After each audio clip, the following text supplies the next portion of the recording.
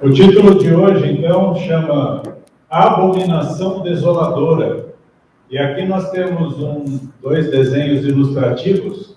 Isso aqui são soldados romanos invadindo a cidade chamada Jerusalém. Isso nós vamos estudar um pouco. E esse termo, abominação desoladora, sempre me deixou assim intrigado, e eu não tinha um conceito muito firmado sobre ele. E é muito importante que cada um de nós tenha sempre alguém para nos acompanhar. No caso, a minha esposa me sugeriu um estudo, e ela falou, eu acho que você vai assistir isso aí, vai gostar. E eu assisti, eu realmente gostei muito, e eu vi que foi só eu achava que eu tinha que entender uma expressão, e na verdade é uma pontinha do iceberg.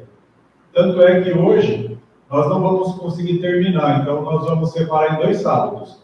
A primeira parte nós vamos fazer hoje, e no sábado que vem nós vamos continuar, para não ficar estendido. E eu gostaria que você participasse com a tua Bíblia. Tem alguns textos que eu já vou deixar colocado aqui, para quem tiver dificuldade de achar, de manusear, já acompanhar a leitura no texto. Quem quiser anotar na sua Bíblia.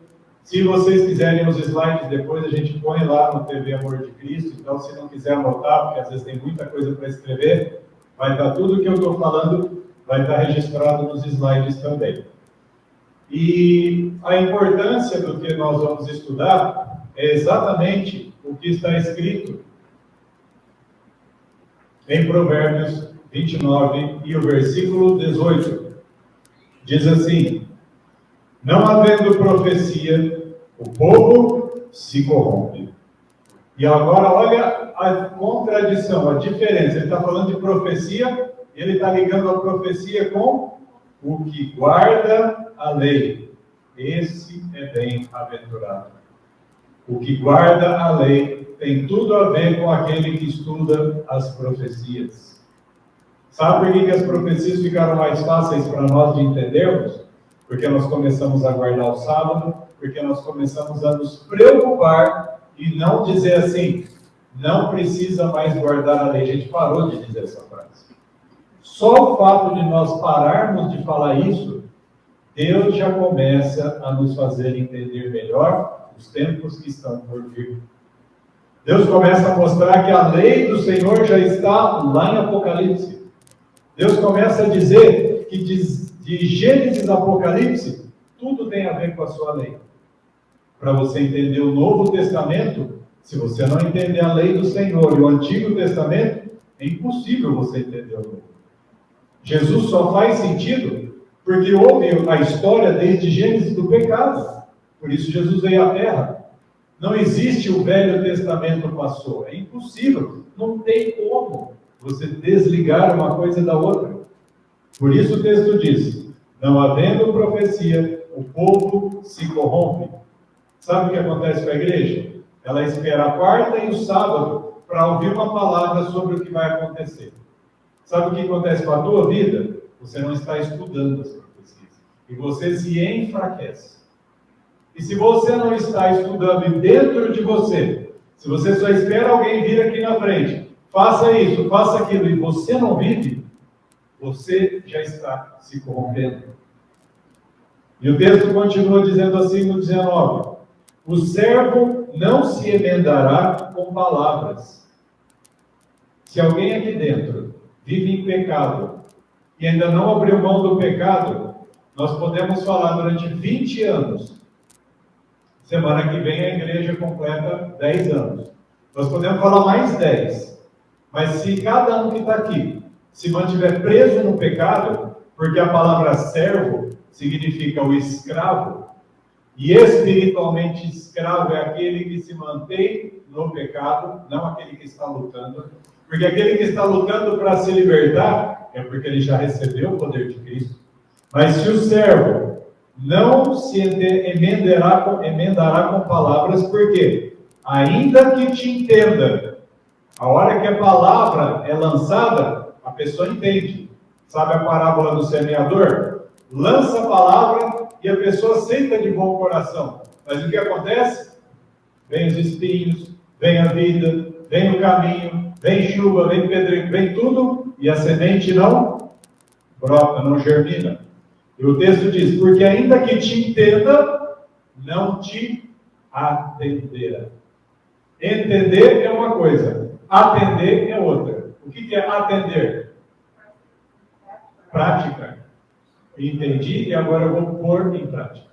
Então, mesmo que alguém que esteja aqui possa entender tudo que está sendo falado no culto, se você não guardar, estudar e praticar a lei do Senhor e as profecias, você está corrompido.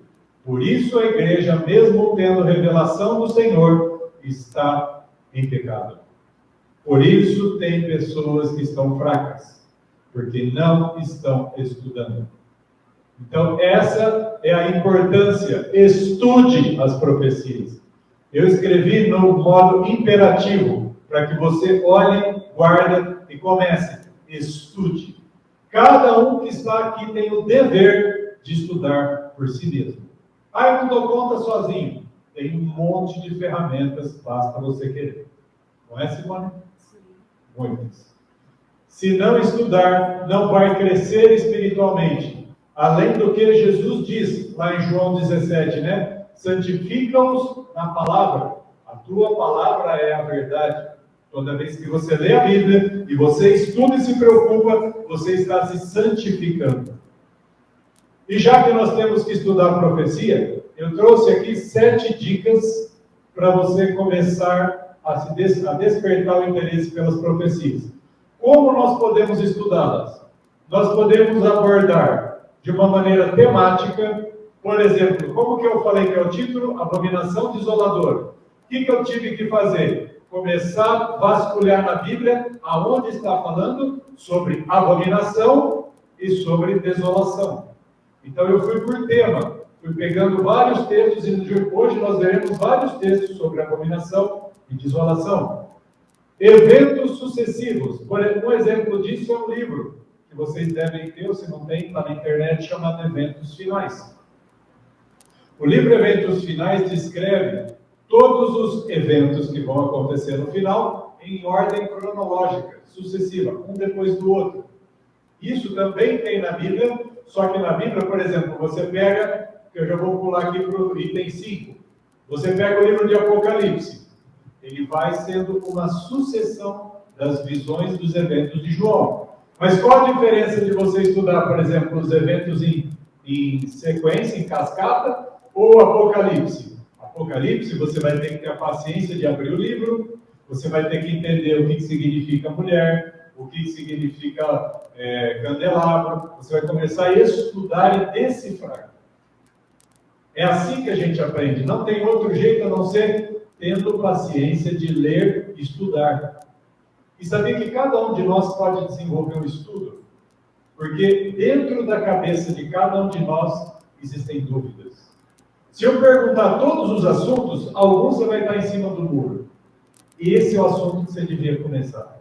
Porque a partir do estudo, você vai despertar para as coisas maravilhosas da palavra de Deus. Por isso Davi disse no Salmo 119, desvenda os meus olhos para eu contemplar as maravilhas da tua lei, do que está escrito na palavra. Nós acabamos de cantar, eu creio no que está escrito na palavra. Crê, então, não seja igual o escravo, o servo do Provérbios. Não simplesmente entenda, atenda.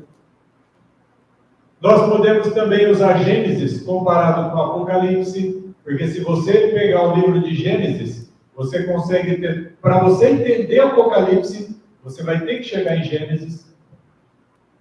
Daniel e Apocalipse, nós sabemos que Daniel é um livro que tem 2 partes, os 6 primeiros capítulos históricos e os 5 últimos capítulos de Daniel, dos 7 ao 12, são capítulos proféticos, previsões do que ainda vai acontecer. E também tem mais 2 outras maneiras. Quando você pega as parábolas de Jesus, qual parábola de Jesus é profética? Me dá um exemplo. As 10 virgens. Quanto se fala sobre as 10 virgens? E elas representam uma igreja que está preparada, a outra que não está. E que mais? Que outra parábola? O joio do trigo, a separação final. Quem mais falou?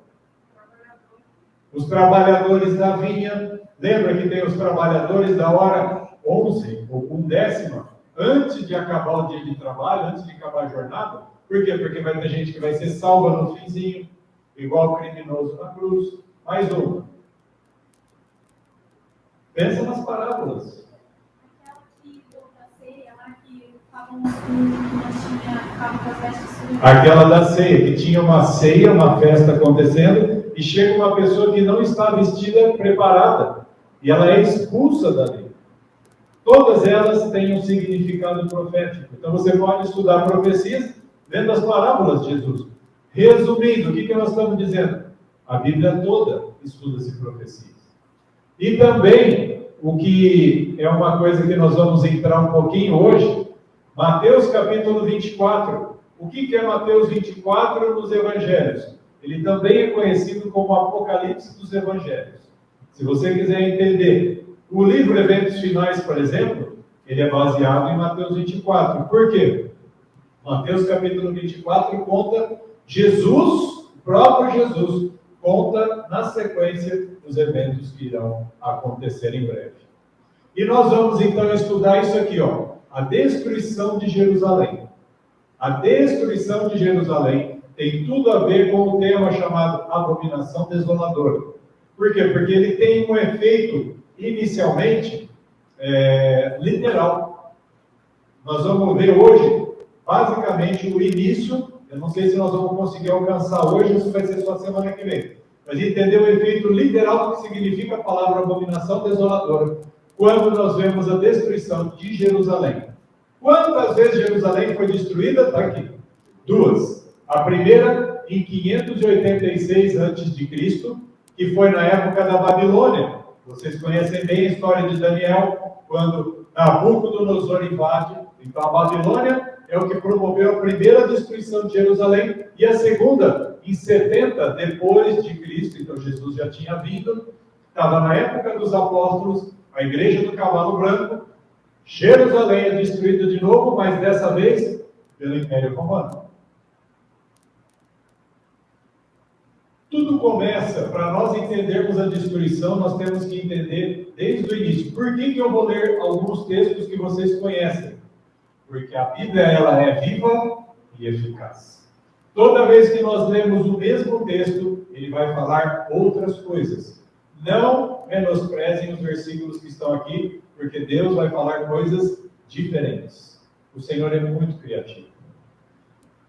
Lá em Êxodo 19, de 4 a 8, nós sabemos que a história de Israel é uma história de aliança. Então Deus diz assim: vós tendes visto o que fiz aos egípcios, como vos levei sobre asas de águia e vos trouxe a mim. A ilustração da águia, porque fala, levei vocês como asas de águia. Sabe qual é a altura que a águia voa? A águia voa à altura de montanhas, de 1.000, 1.500, 2.000 metros, e o ouvido dela não fica nem tampado. Ela consegue voar acima de tudo. A ideia é que Deus nos leva acima do deserto, acima do faraó, acima de exércitos, acima da perseguição das picadinhas, acima de toda forma de tortura. Hoje nós estávamos lendo o livro de Elias, a história de Elias. Eu fiquei maravilhado, eu vi dois textos pequenos no meio da leitura que a Ana Laura fez, e que está escrito assim: então Elias foi alimentado pelos corvos. Uma coisa que me angustia muito no fim, Senhor, eu preciso ter uma terra, eu fico atormentado, sabe? O diabo fica muito, sem ter terra, sem ter isso, você não vai comer, assim. Aí fala assim: Elias foi alimentado pelos corvos. Os passarinhos trazem comida, se Deus quiser. Para que a gente está ansioso? E agora eu não lembro, mas nós lemos um outro que fala também. Teve duas coisas que me chamaram a atenção, especialmente sobre a alimentação. A história do Obadias, isso. O Obadias alimentando, e assim, o texto ainda fala: Obadias deu para eles pão e água. É suficiente para vocês. Deus deu maná no deserto? Ele pode fazer brotar água de uma pedra? Porque nós que cremos no Deus do céu, se um filho pedir pão, Deus vai dar pedra? Não, da pedra ele vai dar água, mas ele vai dar o pão também. Deus é tremendo, irmãos. E nós temos que crer e viver isso, porque Deus está fazendo. Ele deixou escrito para a gente entender que Ele pode fazer tudo isso. Por isso diz, vos levei sobre asas de águia e vos trouxe a mim. No Egito eles estavam longe. Você está aqui neste sábado, Deus o está trazendo até Ele. Agora, pois, se diligentemente ouvirdes a minha voz e guardardes o meu conserto, então, a condição, sereis a minha propriedade peculiar dentre todos os povos, porque toda a terra é minha. Vós sereis meu reino sacerdotal e povo santo. Essas são as palavras que falarás aos filhos de Israel. E veio Moisés, chamou os anciãos do povo, expôs diante dele todas estas palavras que o Senhor lhe tinha ordenado. Moisés não falou com todo o povo, ele chamou os anciãos e falou: vão e falem com os grupos de vocês, representantes. Então todo o povo respondeu uma voz e disse: tudo que o Senhor tem falado, faremos. Sabe o que o povo respondeu? Estamos fazendo uma aliança com Deus. E relatou Moisés ao Senhor, olha aqui o papel do intercessor, um vem e fala que leva para o outro, e Moisés fazia a representação, as palavras de todo o povo. Deus tirou pessoas, escravos, nós acabamos de ler aqui em Provérbios dos servos, todas essas 2 milhões de pessoas, fora mulheres e crianças que saíram do Egito, eram todos servos igual esse de Provérbios 29. Todos escravos. E aí Deus os tira e começa a transformá-los num povo. Mas para que eles se transformem num povo,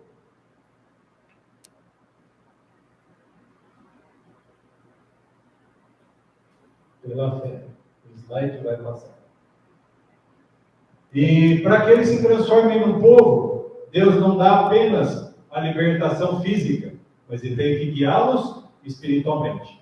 Então, farão um santuário e habitarão no meio deles. Êxodo 25:8. Deus dá ordem para esse povo que não era povo e fala: vocês têm que ter um santuário. O que tinha no santuário? A lei do Senhor.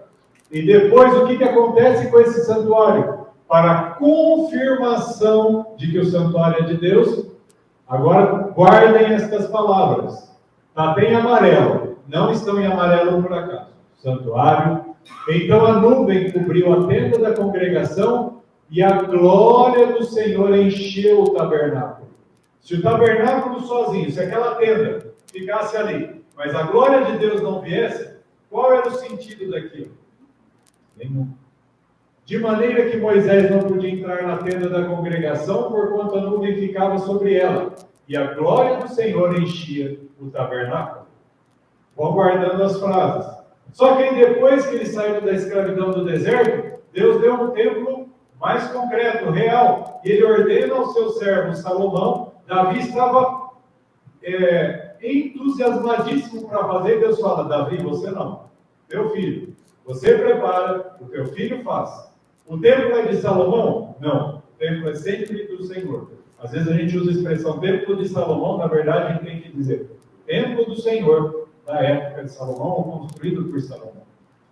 E aí diz assim em 1 Reis 8: sucedeu que, saindo os sacerdotes do santuário, uma nuvem encheu a casa do Senhor. Aqui está Salomão orando, todos os levitas e o povo consagrando o novo templo. E não podiam ter-se em pé os sacerdotes para ministrar por causa da nuvem, porque a glória do Senhor enchia a casa do Senhor.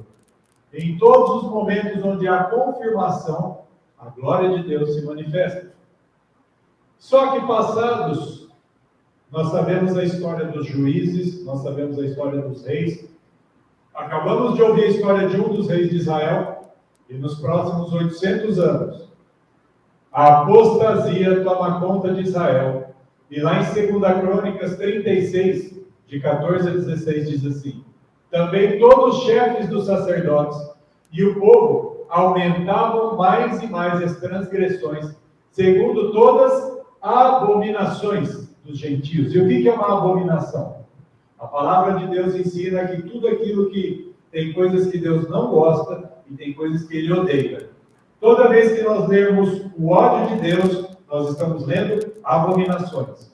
E está escrito lá, segundo todas as abominações dos gentios. Hoje nós vimos a idolatria, não apenas a idolatria de fazer um culto, mas criar estátuas, né, quebrando não apenas o primeiro mandamento, mas o segundo, e simplesmente tirando o nome de Deus do meio do seu povo, estão quebrando o terceiro, e automaticamente vai se quebrando todos os mandamentos, mas também contaminaram a casa do Senhor, que Ele tinha santificado em Jerusalém. Quando a glória de Deus enche a casa, como nós vimos em 1 Reis 8, a casa de Deus estava purificada. Quando eles introduzem toda essa abominação, eles estão contaminando. E Deus não participa do pecado. Nesses 800 anos de problema, a continuação do texto, o Senhor Deus de seus pais lhes enviou a palavra de seus mensageiros, madrugando, enviando-lhes porque se compadeceu do seu povo e da sua habitação. Porém, zombaram dos mensageiros de Deus, desprezaram as suas palavras. Então, jovens, assim como nós, adultos, sim, nós temos que ter coragem e não se ofenda se você for zombado, porque isso aconteceu e isso torna a acontecer. Zombaria dos mensageiros de Deus, desprezo às suas palavras, escarneceram. A vergonha nossa entra principalmente quando as pessoas começam a tirar sarro. Quando as pessoas respeitam, a gente até tem um pouco mais de coragem. Mas e se você for caçoado, se você for ridicularizado? Eles foram, escarneceram dos seus profetas, até que o quê? O furor do Senhor subiu tanto contra o seu povo, que mais nenhum remédio houve. Chegou o momento da taça da iniquidade. Outra expressão que a Bíblia usa para completar a taça da iniquidade é: mais nenhum remédio houve. Talvez você conheça as pessoas que você fale, acho que aqui não tem mais remédio nenhum, não tem mais solução. Isso é Deus que vai determinar. Mas para o povo, esse tempo chegou. E quando isso chegou, Deus começa a traduzir as abominações e Ele começa, então, o que era um povo, o que era uma igreja, o que era um povo separado peculiar, como Ele disse na aliança, agora esse povo se torna prostitutos, prostituição. Ezequiel 16, a quebra da aliança com Jeová. Quando nós estudamos, então, Êxodo, agora nós vimos que havia uma aliança que, nesse momento, Israel, depois de toda essa prostituição, Deus transforma a palavra abominação e diz assim: mas confiaste na tua formosura. Aonde a Bíblia usa esse exemplo? Você confiou na tua formosura. Satanás, quando quer alcançar o lugar de Deus, fala: porque te envaideceste, porque achaste-te formoso demais. Quando nós nos envaidecemos, como foi o testemunho agora, quando nós somos egoístas e olhamos para nós nos apegamos à formosura. O egoísmo faz o quê? Corrompe. Te corrompeste por causa da tua fama e prostituías-te a todo que passava para ser sua. Para nós hoje, buscando a Deus, é uma loucura pensar no Acabe querendo construir uma estátua de Baal. Para nós não cabe na nossa cabeça. Mas porque Deus está tentando e lavando a nossa mente, para nós é um absurdo. Mas para as pessoas que vão condescendendo, que estão achando que está tudo bem na sua vida, elas se corrompem e prostituem-se com tudo o que recebem. Por isso, as igrejas falam assim: o que tem o Natal? O que tem o Ano Novo? O que tem fazer isso? O que tem começa a comida? As condescendências todas é porque as igrejas consideram que eles são formosos. A igreja protestante se acha perfeita. Por causa disso, ela não caiu, ela despencou. Por isso chama igrejas apostatadas ou caídas. E em todas as suas abominações, perceba que ele está agora associando o que ele odeia, e ele está associando com prostituição. E ele vai dar um exemplo disso, literal de uma prostituta. Ele vai pegar uma prostituta, isso é uma parábola. Ele vai pegar uma prostituta e vai falar: vocês são assim para mim. Em todas as suas abominações, naquilo que eu odeio, nas tuas prostituições, não te lembraste dos dias da tua mocidade, quando tu estavas nua e descoberta e manchada do teu sangue.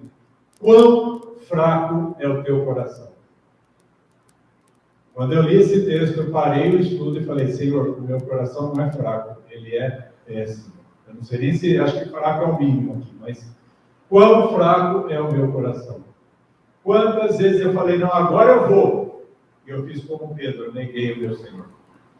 Quantas vezes, quantas oportunidades de falar firmemente da palavra de Deus, de defender as doutrinas, e aí só de pensar assim: ah, mas vai dar trabalho, é melhor não falar, porque vão ficar falando tanto, deixa quieto. Mas foi o que nós acabamos de ouvir pela boca do Pedro. Não é o que você pede, é o que Deus te pede. E nós não podemos fazer com condescendência. Reconheça que o teu coração é fraco. Quão fraco é o teu coração, diz o Senhor Jeová, fazendo tu todas essas coisas, obra de uma meretriz imperiosa. Melhor exemplo, Jezabel. Jezabel era uma prostituta sacerdotal. Ela fazia as orgias no templo, né? Eles faziam as prostituições do templo. E Deus compara então as nossas abominações. Aí o Senhor vai chamando profetas. Um deles foi Ezequiel. Lá em Ezequiel 16:2 diz assim: Filho do homem, faze conhecer a Jerusalém as suas abominações. E Ezequiel, então, por que nós estamos falando isso tudo? Porque Ezequiel foi levado para a Babilônia. A Babilônia nós falamos que apareceu na história ali, nesse ano 586, porque o que aconteceu? Houve o primeiro cerco. 800 anos falando das abominações e Deus tendo paciência e esse povo nada. Ezequiel 1:4. Olhei e eis que um vento tempestuoso vinha do norte, e uma grande nuvem como um fogo a revolver-se, e o resplendor ao redor dela, e no meio dela uma coisa como cor de âmbar, que saía dentre o fogo. Aonde está essa descrição? Qual que é o tema? Magnífico sistema operacional de Deus. Ezequiel está tendo a visão, e vem um vento tempestuoso que vinha do norte. Qual que é a associação aqui? Salmo 48:2 diz assim: Formoso de sítio, de lugar, e alegria de toda a terra é o monte Sião, sobre os lados do norte, a cidade do grande rei. A morada de Deus vem do norte. E aqui está dizendo que tinha um vento tempestuoso que vinha do norte. Nós acabamos de ver aqui atrás, que a Babilônia, nós já estudamos isso, ela vem do norte, quando nós estudamos, lembra? Rei do norte, rei do sul, nós associamos inclusive a destruição vinda do norte pela Babilônia. Só que agora eu estou dizendo que a destruição vem do norte e Deus se identifica como vindo do norte.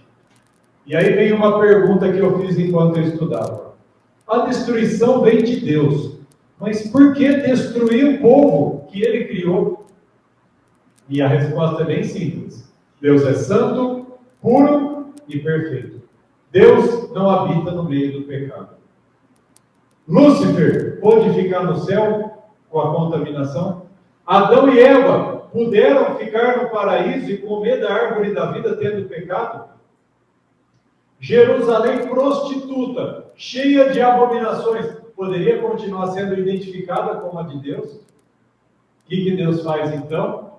Ele mostra para Ezequiel o tamanho da barbaridade. Abra a tua Bíblia em Ezequiel 8. Ezequiel capítulo 8.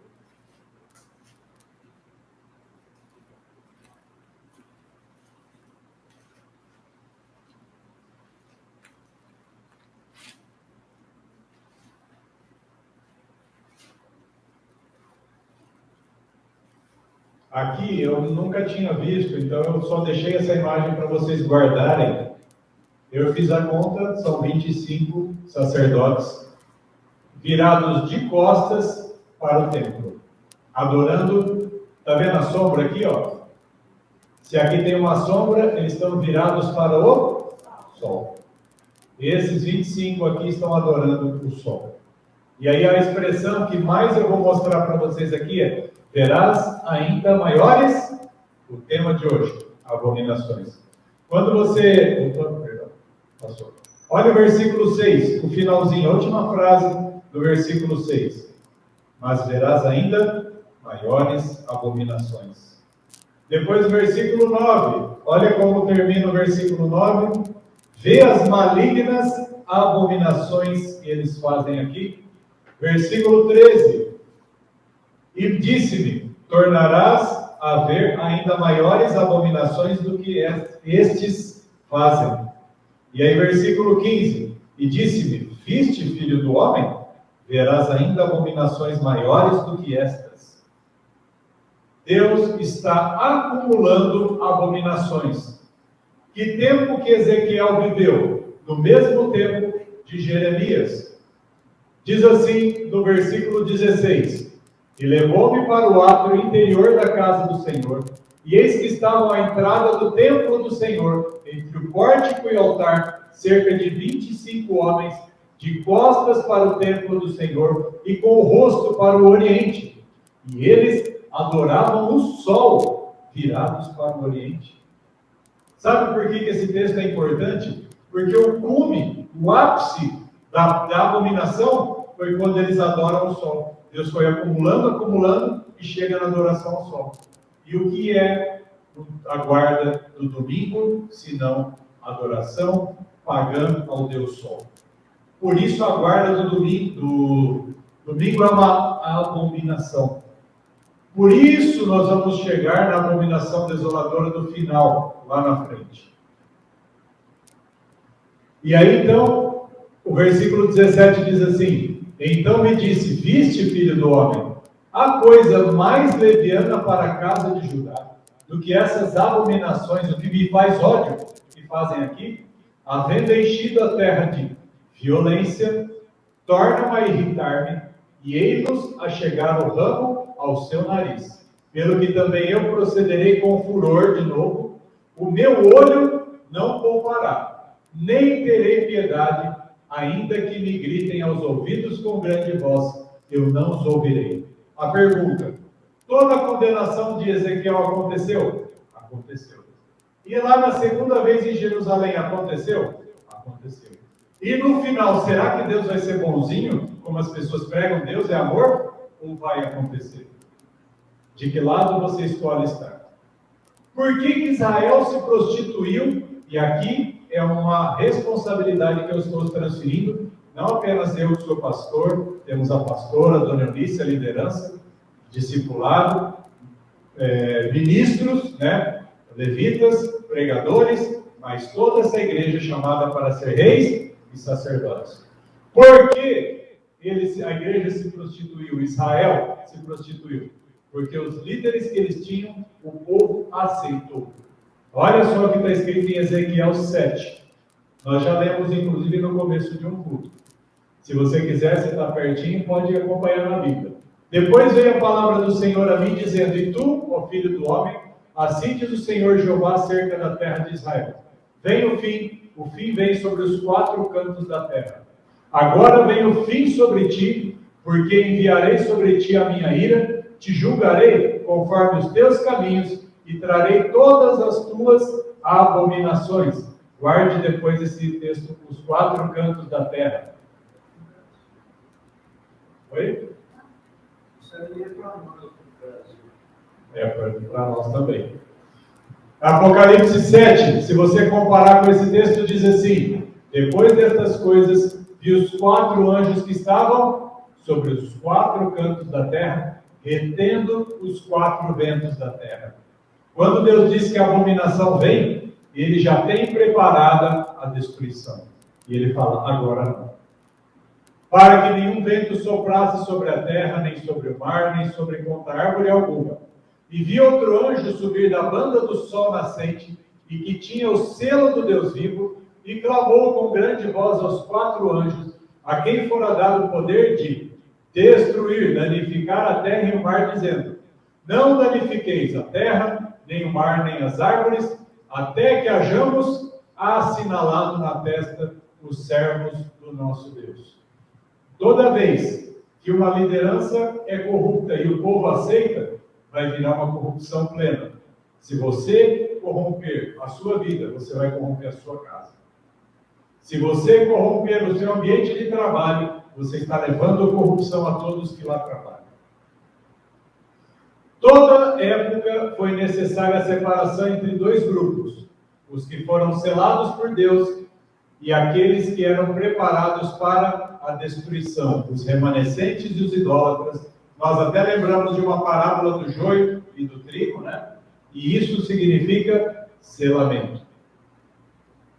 Castigo de Jerusalém. Ezequiel 9, você está em 8, abra no 9 e acompanhe o versículo 1. Então me gritou aos ouvidos com grande voz, dizendo: fazei chegar os intendentes da cidade, cada um com as suas armas destruidoras na mão. Destruição é o extremo da destruição, significa a palavra desolação. Então, a abominação desoladora vai juntando, vai fazendo a conexão. A abominação, nós vimos que é tudo que Deus odeia. Prostituição. E depois a palavra destruição, armas destruidoras e desolação. Desolação, o que é uma terra desolada? Totalmente destruída. Nós estamos em Ezequiel capítulo 9. Aqui já foi destruído Jerusalém? O que vocês acham pelo que a gente falou até agora? Não. Por que não foi destruído? Porque ainda está havendo separação, está havendo selamento.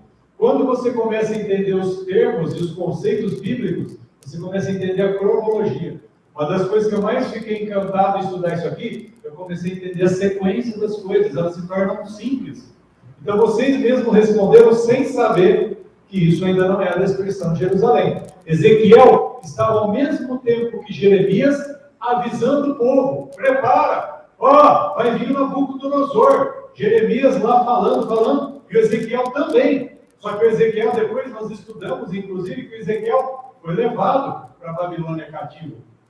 E Jeremias falando, e Ezequiel também. E aí ele fala: e eis que vinham 6 homens a caminho da porta alta. Tudo isso é importante para entender a sequência, desde a glória de Deus que encheu a casa, o tabernáculo no deserto, vai fazer sentido agora. E eis que vinham 6 homens a caminho da porta alta, que olha para o norte, cada um com as suas armas destruidoras na mão, e entre eles um homem vestido de linho, Jesus, com um tinteiro de escrivão à sua cinta, e entraram e se puseram junto ao altar de bronze.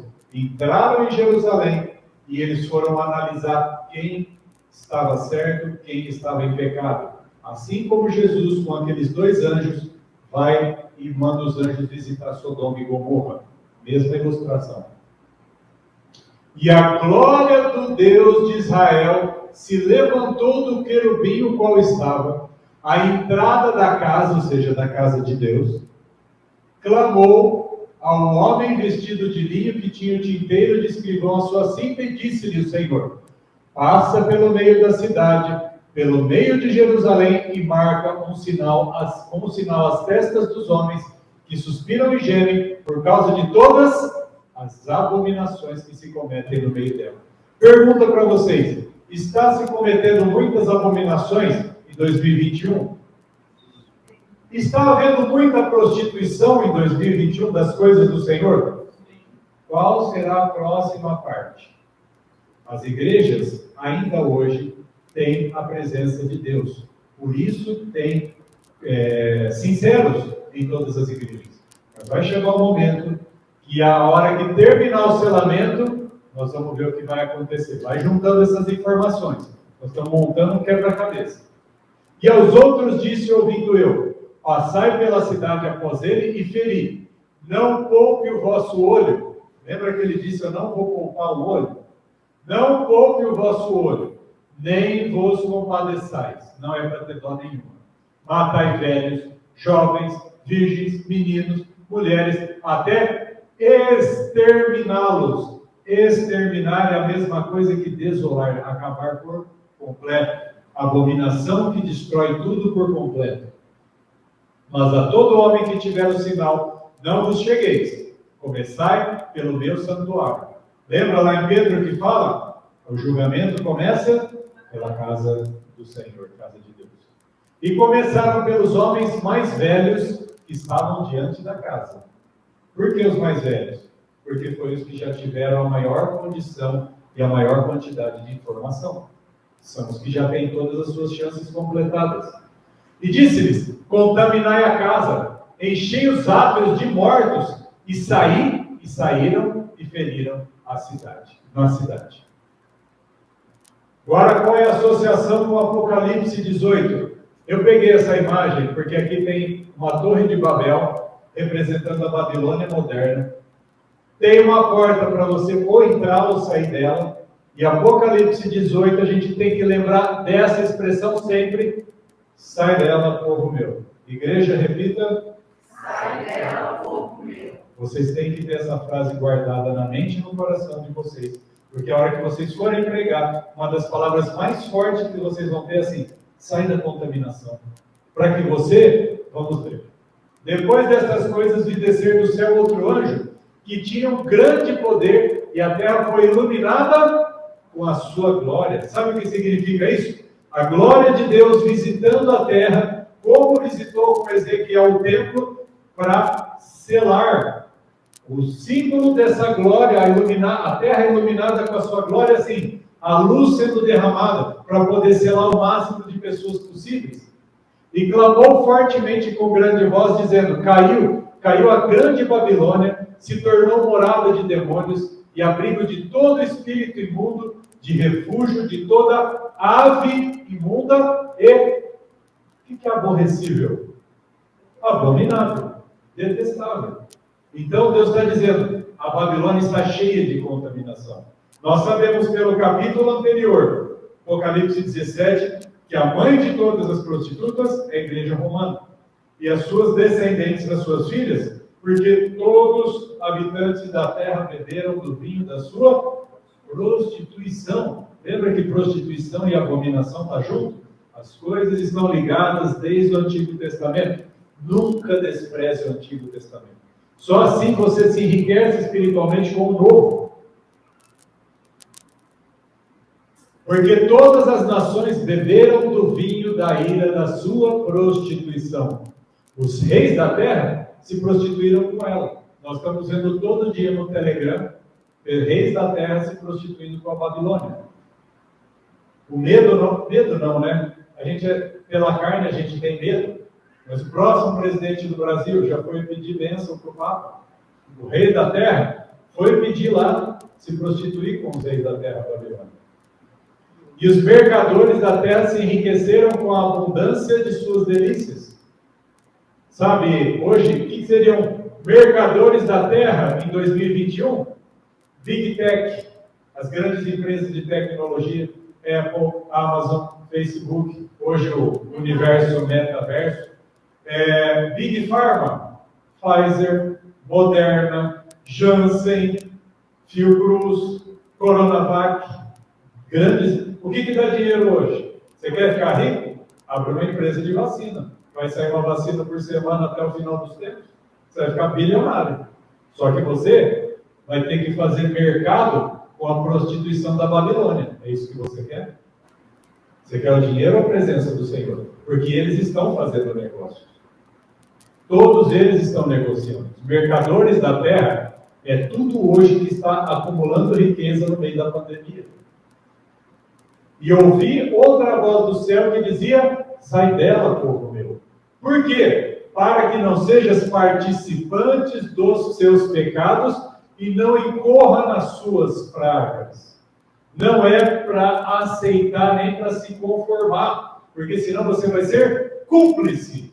A palavra aqui é para que não seja participante, para você não ser cúmplice dos pecados, porque eles são condenados E se você estiver junto, é igual alguém que é apreendido vendendo droga. Se está na casa de um que não tem nada a ver, ele vai preso ou não vai? Até explicar, ele já está condenado. Não existe isso. Cúmplice. Agora, olha o que acontece com a glória de Deus no tempo da destruição. Nós estamos falando da primeira destruição de Jerusalém. Agora você está em Ezequiel, capítulo 10.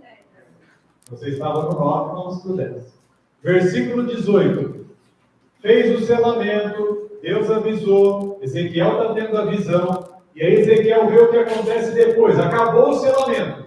Continua a mesma visão do selamento de Ezequiel. Capítulo 8 de Ezequiel, as abominações, ele descreve todas. Depois disso, vamos separar, porque não vai dar certo. Vai ter destruição. Agora o capítulo 10, agora como Deus vai operar a destruição. Então, saiu a glória do Senhor da entrada da casa. Entendeu por que nós lemos Êxodo 19? Por que nós lemos 1 Reis? Porque quando Deus aprova, a glória de Deus está naquele lugar. A hora que acabou o selamento e Deus disse, aqui não tem mais parte, a glória de Deus é retirada daquele lugar. O que já aconteceu com uma igreja aqui em Barretos, que nós sabemos, que a glória de Deus já saiu daquele lugar. E acontecerá com tantas outras, aonde a taça da iniquidade for completada. Faz sentido agora? Por que surgiu uma pequena igrejinha? Por que tivemos que sair de um lugar onde não estava mais a mão do Senhor? Porque a glória de Deus já não estava mais ali. E se nós ficássemos ali, nós estaríamos no Apocalipse 18. Sai da Babilônia, sai daí, porque está cheio de contaminação e já chegou no limite. Ali não tem mais unção. Por isso a glória do Senhor foi retirada. No microfone. Nós estamos fisicamente na Babilônia? Sim? Não, eu não estou considerando o mundo como Babilônia. Estou considerando a igreja. Nós não estamos nem na mãe e nem nas filhas, certo? Isso é compreensível? Ok. Mas será que toda a Babilônia, que nós já bebemos um dia, toda a doutrina, já saiu de nós, já houve uma descontaminação do corpo físico? Então, para nós termos autoridade de falarmos, como o pastor falou, foi no slide anterior, sai dela, povo meu, eu tenho que ter o quê? Autoridade. E para eu ter autoridade de modo que a palavra que eu lançar tenha poder sobre o outro, Babilônia, de modo interno, tem que sair de mim. Muitas coisas nós já somos bem diferentes. Por exemplo, as protestantes apostatadas e a Babilônia, mãe, proclamam e fazem com que o mundo proclame o nascimento. Nós fizemos ao contrário. Nós estávamos anunciando a morte de Jesus até que ele venha. Isso é um grande privilégio. Eu só vou fazer uma pergunta para vocês entenderem se realmente, espiritualmente, vocês saíram de Babilônia. Existe alegria? Ou um pouquinho de nós desejaria estar nessas festas por causa dos nossos queridos? Ah, não, isso não, pastor, isso já saiu completamente de mim. E as comidas que eles preparam nesse tempo? Panetone, que é uma comida específica e consagrada para esse tempo. Saiu? Ou quando você vai no supermercado e passa, você fala... Mas o fato de você não estar atuando na prática não significa que isso foi retirado, que eu desejo falar. Então é isso que eu estou querendo demonstrar. Todas as vezes que nós entendermos uma doutrina de Babilônia, precisa ver, você não está fisicamente em Babilônia, na igreja, mas será que essa doutrina saiu de você? Porque esses desejos contidos precisam ser, não só contidos, mas eles precisam ser retirados. Porque se eles forem só contidos, quando chegar na época da grande perseguição, nós estamos no princípio das dores. Então isso ainda é muito suave. A gente consegue ainda, na luta meio que carnal, meio que espiritual, ainda driblar essas coisas.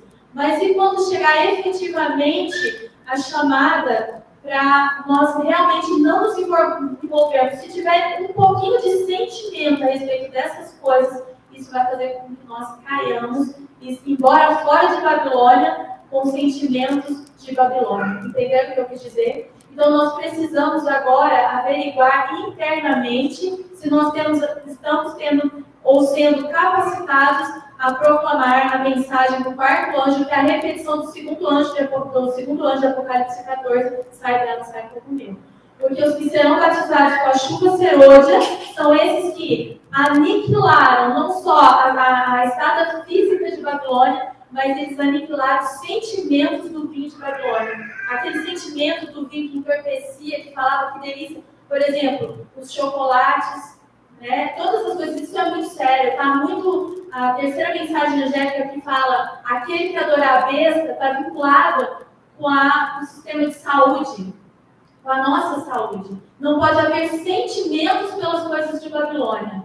E é isso que precisa ser averiguado. Porque a chuva serôdia cai não para aperfeiçoamento, ela cai para a colheita. Então só cai sobre o fruto pronto, que somos nós. Então esses sentimentos é que precisam estar sendo aniquilados para que quando Deus olhar para nós não veja abominações. Entenderam isso? Então, voltando para a descrição da saída da glória do Senhor do templo. Então, saiu a glória do Senhor da entrada da casa e parou sobre os querubins. E os querubins alçaram, abriram suas asas e se elevaram da terra aos meus olhos, quando saíram. E as rodas os acompanhavam. Lembra do capítulo 1? Ezequiel está vendo tudo, tá? É uma coisa, uma continuação uma da outra. E pararam à entrada da porta oriental da casa do Senhor. Vai guardando essa frase também, ó. Porta oriental da casa do Senhor. E a glória do Deus de Israel estava no alto sobre eles. Ou seja, ela saiu junto com os anjos. Aí Ezequiel 11, verso 22 diz assim: então os querubins elevaram as suas asas e as rodas os acompanhavam. E a glória do Deus de Israel estava no alto sobre eles, e a glória do Senhor se alçou desde o meio da cidade, e se pôs sobre o monte que está ao oriente da cidade, também conhecido como Monte das Oliveiras. Já começa a fazer sentido, você já sabe onde eu estou querendo chegar agora? Já está indo lá. A glória de Deus foi lá, saiu pela porta do oriente, parou no Monte das Oliveiras. Quando a glória de Deus saiu, o que aconteceu? Vem Nabucodonosor, e acontece então no ano 586, a primeira destruição de Jerusalém. Deus sempre, para haver a destruição, ele promove a preparação. Resumindo, selamento, saída da glória do Senhor, ou seja, o afastamento da presença de Cristo, ainda aguarda no monte e depois volta ao Senhor. E nós vamos ver isso no Novo Testamento. É tremenda essa comparação. Aqui eu já estou dando uma antecipada, tá? Agora eu quero deixar com vocês alguns versículos que eles são importantes para a gente chegar em Mateus capítulo 24. Jeremias 4,13 diz assim: eis que virá subindo como nuvens e os seus carros como a tormenta, os seus cavalos são mais ligeiros do que as águias. Ai de nós que somos assolados. Sabe por que eles comparam a velocidade do exército da Babilônia com águia? Eu fui ler hoje de manhã qual é a velocidade de uma águia, quem sabe? Alguém tem ideia? Tá, então não vou ficar enrolando. A águia, aquela bonita que a gente vê dos Estados Unidos, a cabeça branca, ela pode voar de 120 a 160 km por hora. A águia real pode voar a 340 km por hora. Por isso, quando você olhar uma foto de uma águia com a asa aberta, e tem aquela pontinha para cima, você pode ter certeza que a aviação desenvolveu os aviões baseado nas asas de uma águia. Porque aquilo é envergadura. É só assim que consegue voar e não sair capotando igual aquele que é engraçado, albatroz, aquele avestor, aqueles que chegam pousando e... A águia não faz isso, ela voa perfeito. Então ele compara a velocidade. Por quê? Sabe qual que é a questão da águia, da perseguição? Imagina um animal lá embaixo e a águia está com aquela fome e ela precisa pegar uma cobra. A águia come cobra. Como que ela pega? Ela tem que ir devagarzinho e falar, dá licença.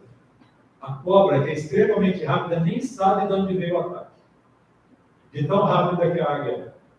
Da mesma maneira, o povo foi assolado pela águia chamada Babilônia. Lamentações. E enquanto eu estudava, eu entendi que Lamentações, o livro Lamentações de Jeremias, significa cantos fúnebres. Nós vamos entender por que essa palavra Lamentações também significa cantos fúnebres. Os nossos perseguidores foram mais ligeiros do que as aves, que as águias dos céus. Sobre os montes nos perseguiram, nos desertos nos armaram ciladas. A gente tem que se preparar antes, porque a hora que chega, realmente não dá tempo. Abacuque 1:8. Os seus cavalos são mais ligeiros que os leopardos e mais perspicazes do que os lobos à tarde. Os seus cavaleiros espalham-se por toda parte. Sim, seus cavaleiros virão de longe. Voarão como águia que se apressam à comida. Agora vocês entendem. Daniel 7, versículo 4 diz: o primeiro dos animais que Daniel viu era como leão e tinha asas de águia. Por que esse animal tinha asas de águia? Porque Deus escolheu a Babilônia, que tem a representação do leão, e esse leão ele tinha a velocidade da destruição que Deus assim determinou. E eu olhei, e até lá olhei até que lhe foram arrancadas as asas, porque Deus falou: Babilônia, acabou aqui, depois tem outro reino que tem que aparecer. E foi levantado da terra e posto em pé como um homem, e foi-lhe dado um coração de homem, Nabucodonosor. Mateus 24, 28, agora já tem uma aplicação prática. Eu nunca entendi esse versículo, por isso estou compartilhando com vocês. Pois onde estiver o cadáver, onde estiver rondando a morte, aí se ajuntarão as águias, o perigo. Quando Jesus compara onde estarão os cadáveres, é porque quando a glória de Deus sair da presença do povo que espiritualmente está morto, vem o quê? A destruição, as águias. As águias da Babilônia, as águias da Babilônia moderna, a destruição vinda da parte de Deus, virão sobre o povo que não aceitou ser selado. Olha isso aqui, símbolo do Império Romano, isso é uma águia. Olha isso aqui, nazismo, símbolo o quê? Águia. E qual que é a nação moderna? Estados Unidos da América, Apocalipse 13:11. Qual é o símbolo animal dos Estados Unidos? Vem destruição através dos Estados Unidos ou não? É a besta que emerge da terra. É a besta que emerge da terra e que faz com que todas as nações e todos os habitantes da terra adorem a besta que emerge do mar, Roma. Ninguém foi poupado. Tudo ficou destruído. A abominação destruiu tudo. A abominação desoladora, então, é igual às abominações que são o sinal que haverá destruição. 2 Crônicas 36:17.